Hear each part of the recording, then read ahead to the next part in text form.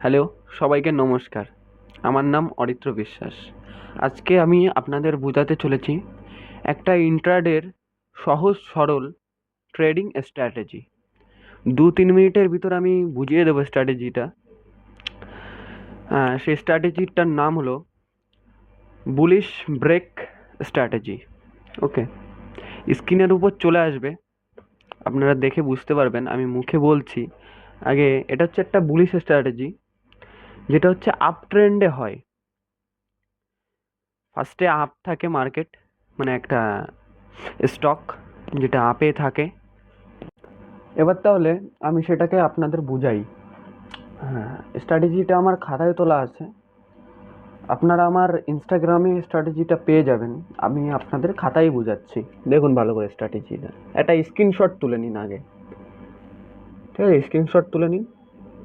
ওকে, স্ট্র্যাটেজিটা হলো একটা up trend, মানে মার্কেটটা উপরে যাচ্ছে, তার একটা হাই আর একটা লো হলো, ঠিক আছে?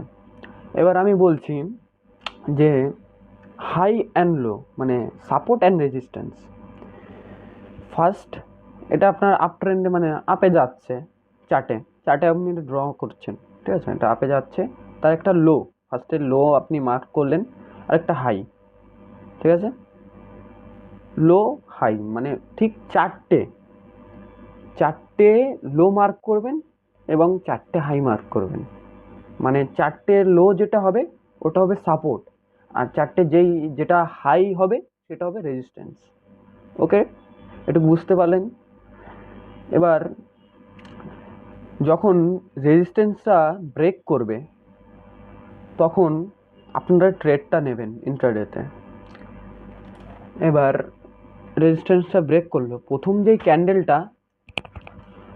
ক্যান্ডেলটা ওটা যখন রেজিস্ট্যান্সটা ব্রেক করে বেরোবে তারপরে আপনারা এন্ট্রিটা নেবেন।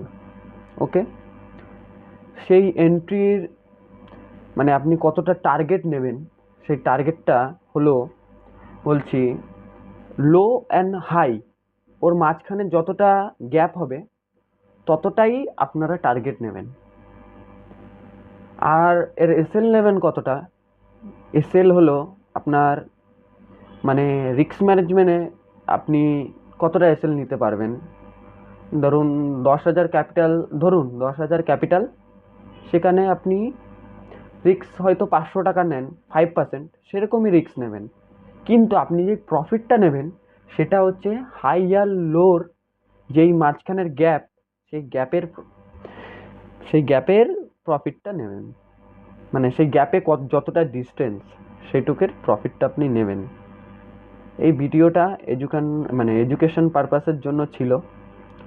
আপনারা আমার চ্যানেলটাকে সাবস্ক্রাইব করে নিন, এরকম অনেক ভিডিওই আছে, হিন্দি, ইংলিশ। আমি বাংলায় যে আমার প্রথম ভিডিও।